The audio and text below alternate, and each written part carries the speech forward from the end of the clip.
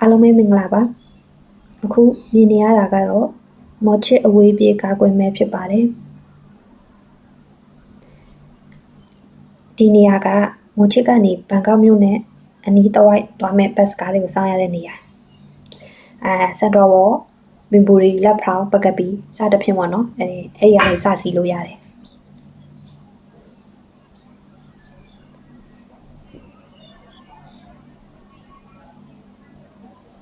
ဒီအဆောက်အဦကြတော့ဘန်ကောက်ကနေပြီးတော့ထိုင်းနိုင်ငံမြောက်ပိုင်းနဲ့အရှေ့မြောက်ပိုင်းဒေသတွေကိုသွားမယ်အဝေးပြေးဘတ်ကားတွေအဓိကထွက်ခွာတဲ့ဂိတ်ဖြစ်တယ်ဒီပန်းရောင်ကောင်တာတွေကကြတော့လက်မှတ်ရောင်တဲ့ကောင်တာတွေအဲ့မှာအင်္ဂလိပ်လိုရေးထားပြီးရလည်းရှိတယ်တချို့ကောင်တာတွေဆိုရင်မြန်မာစာတွေလည်းရေးထားရလည်းရှိတယ်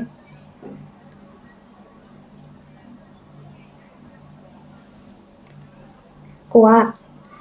မဲဆောက်တို့ချင်းမိုင်တို့ကို expert ကားကြီးတွေနဲ့သွားမယ်ဆိုရင်အဲ့ဒီမှာလက်မှတ်ဝယ်ပြင်ဒီထဲကနေဝင်ပြီးတော့ဒီထဲကနေပဲသွားလို့ရတယ်ပေါ့နော်နီနီနာနာကန်ချနာဘူရီတို့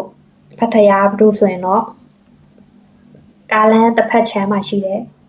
လွတ်တုကားဂိတ်ရှိတယ်အဲ့ဒီကနေပြီးတော့သွားမှာဖြစ်တယ်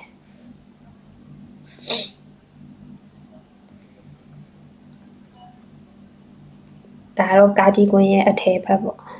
အထည်ဘက်အဆောက်အဦ 7-Eleven လည်းရှိတယ်ထွိုင်းလက်တွားလို့လည်းရတယ်ဖုန်းအားတွင်းတဲ့နေရာလည်းရှိတယ်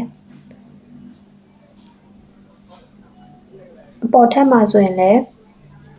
food court တွေပြီးတော့လက်မှတ်ရောင်တဲ့နေရာတွေရှိသေးတယ်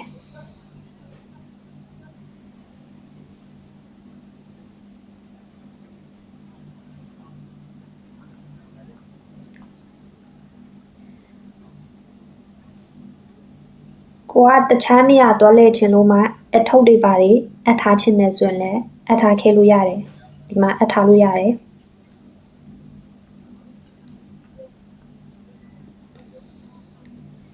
အားတွင်းနေကြတဲ့လူတွေပေါ့မြင်နေရတာ